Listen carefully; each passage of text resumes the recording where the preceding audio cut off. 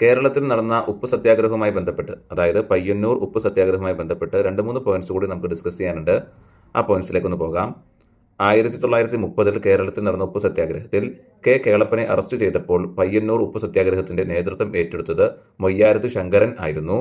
പയ്യന്നൂർ ഉപ്പ് സത്യാഗ്രഹത്തിന്റെ ഭാഗമായി ബെല്ലാരി ജയിലിൽ അടയ്ക്കപ്പെട്ട PC കുഞ്ഞിരാമൻ അടിയോടി 43 ദിവസത്തെ ഉപവാസത്തിനുള്ളിൽ ജയിലിൽ വെച്ച് മരണപ്പെട്ടു.